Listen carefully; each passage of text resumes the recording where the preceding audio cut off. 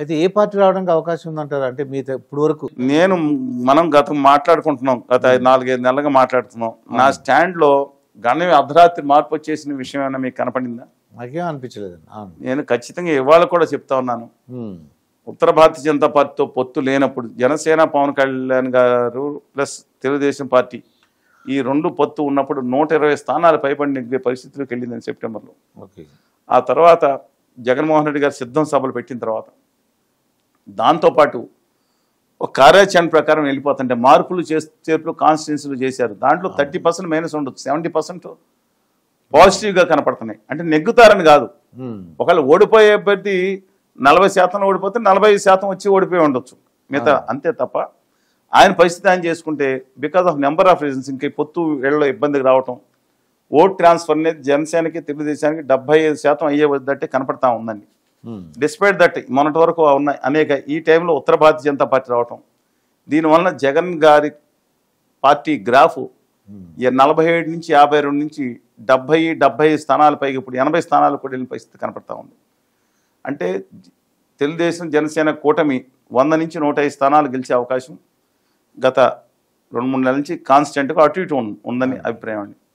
దీంట్లో గణనీయమైన మార్పులు రావాలంటే సర్పంచులు, జడ్పీటీసీలు, ఎంపీటీసీలు 70% మంది వ్యతిరేకంగా చేసే అవకాశం ఉంది. అంగన్వాడీ వర్కర్స్, టీచర్స్ కూడా వాలంటీర్స్ ఒక వేగుల వ్యవస్థగా పనిచేస్తుంది. ఇప్పుడు జగన్మోహన్ రెడ్డి గారు ఏమనుకుంటున్నారంటే అదొక రాజ్యంలా భావిస్తున్నారు, రాజ్యానికి 4 సలహాదారులు. ఇది ఎలా ఉందంటే ప్రజాస్వామ్య వ్యవస్థ, వీళ్ళు ఎవరు వచ్చినా ఎమ్మెల్యేలు కూడా ఆయన దగ్గర సరైన ఆడియన్స్ లేని పరిస్థితి కనపడతా ఉంది. వీళ్ళు ఒక వ్యవస్థ, ఒక వాలంటీర్స్ వ్యవస్థ ద్వారా, నేను వాలంటీర్ వ్యవస్థని తప్పు పట్టట్లేదు, కానీ వాడుకున్న విధానం తప్పు అంటున్నాను. ఇవన్నీ చూసుకుంటే కనుక వాళ్ళతో పాటు ఉద్యోగస్తులు అందరూ కనుక వెనక్కి వెళ్తే మాత్రం జగన్మోహన్ రెడ్డి గారి గ్రాఫ్ ఇంకా పడే అవకాశం ఉంది. డెఫినెట్గా 75-80 స్థానాల్లో కూడా సస్టైనబుల్ కాదు. కానీ ఒకే తిరిగి ఆయన పోటీలో ఉండాలంటే కేవలం మేనిఫెస్టోలో ఆయన ఉచిత ఎలక్ట్రిసిటీ తెలంగాణలో రేవంత్ రెడ్డి గారు పెట్టినట్టు, అలాగే అంగన్వాడీ వర్కర్స్ కానీ మిగతా వాళ్ళకి కానీ నేను ఖచ్చితంగా ఇస్తాను అని చెప్తే, కొంత సంక్షేమ కార్యక్రమాల్లో 10 హామీలు ఇచ్చే 2 హామీల్లో ఫెయిల్ అయినా ఒక్కోటి లేటుగా చేసిన మిగతా చేసిన ఒక పేరు జగన్మోహన్ రెడ్డి గారికి ఉంది. అందువలన అది నమ్మితే మాత్రం ఆయన తిరిగి వచ్చి యుద్ధంలో నిలబడతానికి, బయట ఇక్కడ యుద్ధం సిద్ధం అని ఏమని అనుకోండి, ప్రజల్లో సార్వజనికంగా అంటే ఒక రాయలసీమలో 3 జిల్లాలు మినహాయించి, కోస్తాంధ్రప్రదేశ్లో విజయనగరం జిల్లా మినహాయించి, ఈ 4 జిల్లాలు మినహాయించి మిగతా 9 జిల్లాల్లో ఇప్పటికీ కూడా తెలుగుదేశం కూటమి ఆధిక్యతలోనే ఉందని అభిప్రాయం అండి. అందుకని నా అభిప్రాయం ప్రకారం 100 నుంచి 105 స్థానాలు ఇప్పటికీ కూటమిలోనే ఉంది. బట్ అది మీకు మార్చి ఆఖరి నాటికి అది రాజకీయాలు డైనమిక్గా ఉంటాయి, ఎప్పుడైనా మారచ్చు. 10 రోజుల తర్వాత ఈ 15వ తారీఖు సర్వే ఒకటి, మ్యాసివ్ సర్వే ఒకటి చేస్తున్నారు మిత్రులు. వాళ్ళు కనుక కాంప్రహెన్సివ్ సర్వే వచ్చిన తర్వాత చాలా ఖర్చు పెట్టి చేస్తున్నట్టున్నారు. దాని డీటెయిల్స్ మనకు చెప్పకపోవచ్చు, అవుట్లైన్స్ అయితే తెలుస్తుంది. డెఫినెట్గా మనం 4 రోజుల తర్వాత కూర్చుందాం. ఇవాళ పొజిషన్ మాత్రం ఎలా ఉంది, జగన్మోహన్ రెడ్డి గారి గ్రాఫ్ పడిపోయిన గ్రాఫ్ పెరుగుతూ ఉంది, కూటమి గ్రాఫ్ బీజేపీతో కలిసిన తర్వాత కొంచెం పడిపోతూ ఉంది. డిస్పైట్ దట్ ఇవాళ కూడా 25 స్థానాలు పైబడి ఆధిక్యంలోనే కూటమి ఉందని నా అభిప్రాయం. నేను ఎందుకు అడుగుతున్నానంటే, మీరు తెలంగాణ రాష్ట్రంలో ఎన్ని సీట్లు ఏ పార్టీ గెలుస్తుంటే కరెక్ట్గా చెప్పారు మీరు. సుమారుగా ముందు ఆంధ్రప్రదేశ్లో కూడా 140 స్థానాల పైగా వైఎస్ఆర్ కాంగ్రెస్ పార్టీ అధికారంలోకి వచ్చేటట్టుంది అంతకుముందు 2019లో చెప్పారు. అవునండి. అందుకని సరే ఏదేమైనా వాళ్ళ పరిస్థితి మాత్రం ఇబ్బందిగా, నేను ఫస్ట్ బాధపడేది ఏంటంటే భావితరాల కోసం ఎలా చేయండి అని.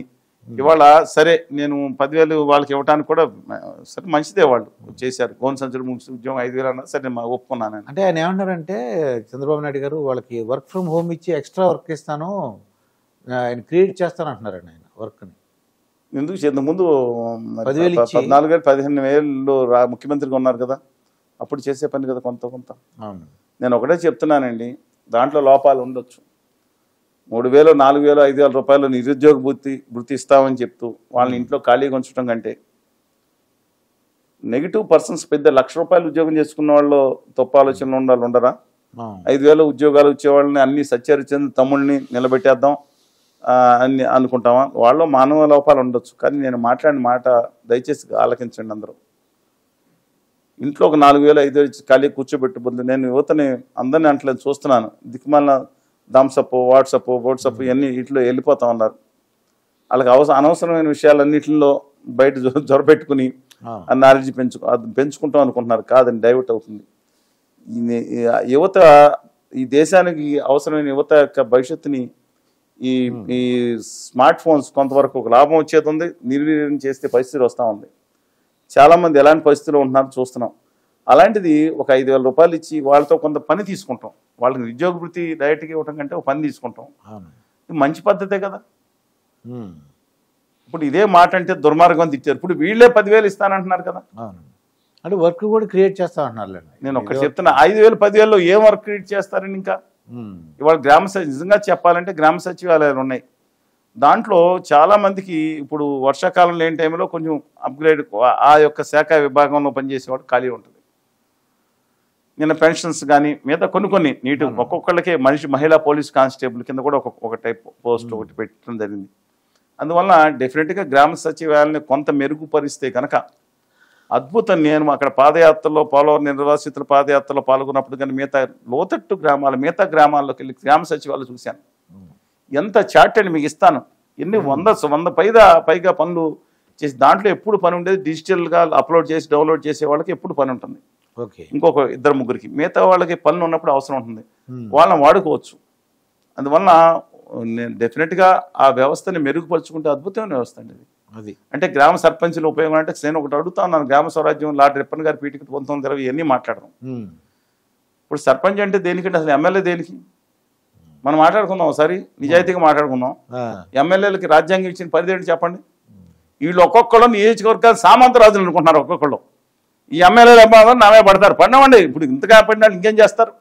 ఇలా తెలుసా ఎమ్మెల్యేల ఒక పదవి ఏంటో, ఒక ఎంపీ పదవి ఏంటో ఏంటండి ఎమ్మెల్యేలు చేయాల్సిన పని ఏంటి, ఫంక్షన్స్ ఏంటి, ఏం చేయాలి అంటే అక్కడ డిఓ ఎవరు ఉండాలి, సర్కిల్ ఇన్స్పెక్టర్ ఎవరు ఉండాలి, ఇసుక ఎక్కడ తోలాలి, ఎక్కడ తెచ్చుకోవాలి, ఎవరి మీద అజమాయిషి ఇదాండి వాళ్ళకి ఇచ్చిన పరిస్థితులు. సామంతరాజులు అనుకుంటున్నారు వీళ్ళు.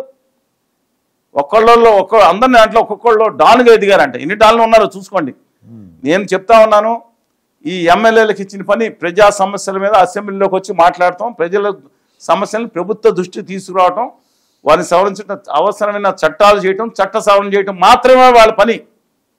సామంతరాజులు కాదండి. అలాగే గౌరవ సర్పంచులు కూడా వాళ్ళకి ఏదే కార్యక్రమాలు కావాలో వాళ్ళు ప్రజా సేవకులు కాదు. వాళ్ళకు నేను ఖర్చు పెట్టుకున్నాను, వాళ్ళు మాట్లాడుతున్నారు కొంతమంది, మేము ₹1 పెట్టి నెగ్గాం, మా దగ్గరికి ఎవడు రావట్లేదు, కనీసం ఆ ఫైలు ఆ క్యాస్ట్ సర్టిఫికేట్ రావాలి వచ్చి అందరూ చేసి పడేస్తాను, వాలంటీర్లు గొప్ప, గ్రామ సచివాలయం ఉంటే మా పదవి అయింది. వాళ్ళ గౌరవం వాళ్ళకి ఇవ్వండి. కానీ వాళ్ళ లోబడి పనిచేసే విషయంలో అంటే డెఫినెట్గా వాళ్ళు రిపోర్ట్ చేసిన విషయంలో గౌరవించండి. కానీ అన్నీ నా కనుసరణలో జరగాలనే పూర్వపు వర్గ ఆధిపత్యం చూసారా. సర్పంచ్ అంటే సర్పంచ్ మున్సబు కరణం ఎన్ని చూడలేదండి. ఎంతకాలం నడవాలి ఇది ప్రజాస్వామికత. మేయర్ వాళ్ళకి పవర్స్ ఉన్నాయి అసలు. ఇప్పుడు జర్మన్లో చూడండి ఎన్ని పవర్స్ ఉంటాయి. వాళ్ళకు ఉన్న పవర్స్ ఎంతమంది వినియోగపరుస్తున్నారు, దుర్వినియోగపరుస్తున్నారు. ఇప్పుడు మనకి ఆంధ్ర ఎలక్షన్స్ అసలు ఏంటి పరిస్థితి ప్రస్తుతానికి ఈ రోజుకి ఎలా ఉందంటారు పరిస్థితి? గత 2 రోజులుగా వాతావరణంలో మార్పులు వచ్చినాయి. కనీసం తేలికపాటి వర్షాలు పడేటట్టున్నాయి. అందువల్ల వేడి తగ్గి ఉంటుందని భావిస్తున్నాను. కరెక్టే మీరు చెప్పినట్టు. మొన్నటి వరకు వేడిగా ఉంది, కొద్ది వాతావరణం నిజంగానే చల్లబడింది. అయితే రాజకీయ వాతావరణం ఎలా ఉందంటారు? రాజకీయ వాతావరణం చాలా భయంకరంగా ఎందుకు అడుగుతున్నానంటే చెత్తగా ఉందండి. అక్కడ చెత్త రాజకీయ వ్యవస్థ నడుస్తుంది. వాళ్ళ అభిమానులు బాధపడవచ్చు, ఇంకోటి చేసుకోవచ్చు. ఒక నాయకుడిని శాడిస్ట్ని తిట్టడం, ఇంకో నాయకుడిని సైకోని తిట్టడం, దీని మీద కమిషన్ నోటీసులను పొద్దున్న సాయంత్రం వరకు ఒకరు బూతులు పెట్టుకుంటాం, వీళ్ళ బ్యాచ్ ఏమో దాంట్లో ట్రోల్ చేసుకుంటాం. భావితరాలకు ఏం కావాలో, రైతులకు ఏం కావాలో మాట్లాడాలని దౌర్భాగ్య స్థితికి వాళ్ళ నాయకులు తీసుకెళ్తాంటే గొర్రెల్లాగా కొంతమంది వీరాభిమానులు వెళ్తున్నారు. అందరినీ అనకపోవచ్చండి. ఇది దౌర్భాగ్య స్థితి ఆంధ్రప్రదేశ్ జరుగుతుంది. ఆంధ్రప్రదేశ్ ప్రజల హక్కులు ఆత్మగౌరవం కోసం పోరాడటం మానేసి డైవర్ట్ చేసి ఒకరినొకరు తిట్టుకుంటూ మునిగిపోయారండి జనాలు. చాలా మంది ముఖ్యమైన రాజకీయ నాయకులు, మిగతా అందరూ నేను అంటలేదు. రాష్ట్రానికి ఇష్యూ మీద చర్చ జరుగుతుందా? మీ టీవీలు పెట్టండి. Very good evening to you. ఇవాళ చర్చా వేదిక. ఆయన శాడిస్ట్ అన్నాడు, నోటీస్ వచ్చింది అని ఒకళ్ళు. ఆయన సైకో అన్నాడు, నోటీస్ వచ్చింది. భలే జరిగింది ఎలక్షన్. ఇదో గొడవ. ఏం జరుగుతుందండి అసలు రాష్ట్రంలో? వాలంటీర్లు ఒకళ్ళు అంటారు, వాలంటీర్లు అమ్మాయిలు ట్రాఫికింగ్ చేస్తాను, అమ్మాయిలు ఎత్తుకుపో చాలా అని ఒక ఆయన అన్నారు.